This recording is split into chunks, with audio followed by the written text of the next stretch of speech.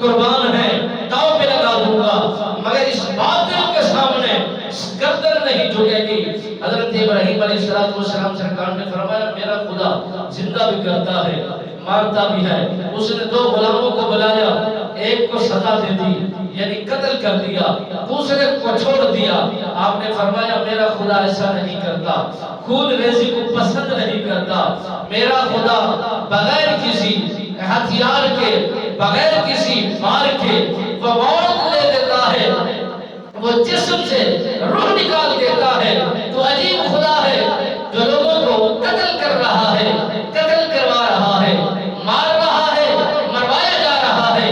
تیرا عجیب نقطہ نظر ہے۔ میں تجھے خدا تسلیم نہیں کرتا، میرا خدا تو وہ ہے جو کن فیکون کہے، کائنات بنا دے، جہان بنا دے، زمین کی تہ بنا دے، آسمان کی بلندیاں بنا دے، مشارق اور مغارب بنا دے۔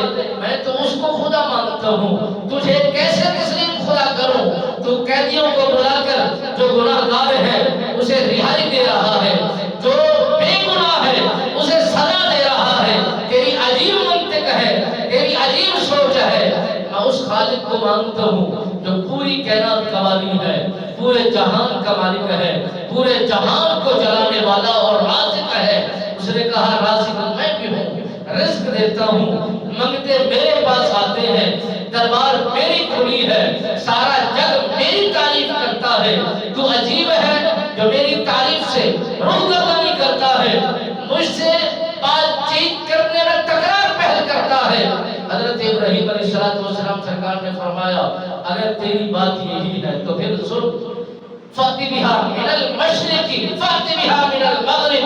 اگر تو سچا خدا ہے، تیرے اندر یہ طاقت ہے، تیرے اندر یہ ہمت ہے، تو میرا خدا تو مشرق سے ہمیشہ کے لیے سورج کو طلوع کرتا ہے، نکالتا ہے۔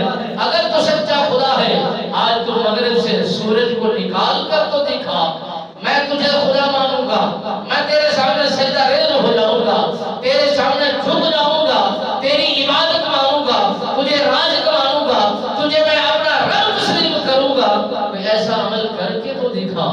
جب یہ بات حضرت ابراہیم علیہ السلام سرکار نے بولی تو اس پر ایسا گہرا صدمہ پہنچا۔ کافر تھا، ایمان تو تھا ہی نہیں۔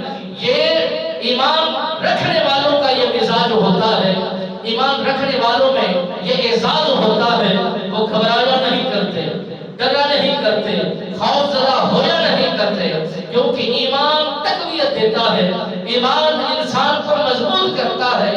حضرت ابراہیم علیہ السلام سرکار نے فرمایا اگر تو سچا خدا ہے فَأْتِ بِهَا مِنَ الْمَغْرِبِ، تو اگر سچا خدا ہے میرا خدا تو مشرق سے ہمیشہ کے لیے سورج کو نکالتا ہے، تو آج اپنے خدائی اظہار کر کے دکھا، سورج کو مغرب سے نکال کر کے دکھا، میں تجھے مان جاؤں گا، تسلیم کر جاؤں گا، تیری خدائی کا اقرار کر جاؤں گا۔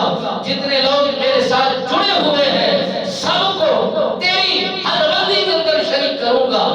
جب اس نے یہ بات دیکھی فَأْتِ بِهَا مِنَ الْمَغْرِبِ فَبُهِتَ الَّذِي كَفَرَ، وہ ڈر گیا، خوف زدہ ہو گیا، اور اس کا دل اندر کی طرف سے چورا چورا ہو گیا۔